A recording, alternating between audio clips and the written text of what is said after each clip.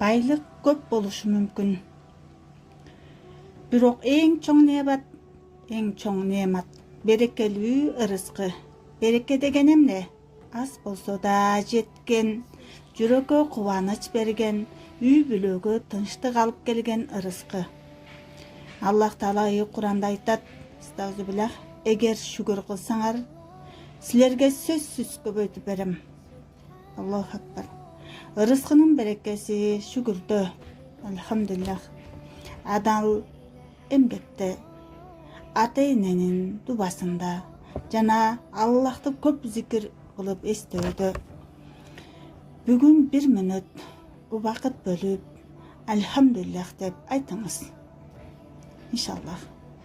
Балким ушул сөз жашооңуздагы чоң берекенин эшигин ачат.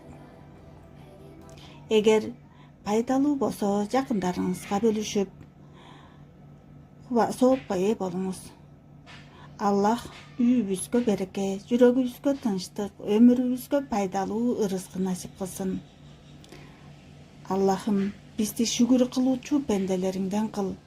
О Аллахым, пайгамбарыбыз Мухаммадга саллаллаху алейхи ва саллям салават жана саламдарыңды түшүрө көр. Амин. Аллахумма салли аля сайидина Мухаммад ва али сайидина Мухаммад. Жазаллаху ана Мухаммадан саллаллаху алейхи ва саллям бима хуахжуху. Катталыңыз. Аллахым барыбыздан ыраазы болуп, өз ыраазы кылсын.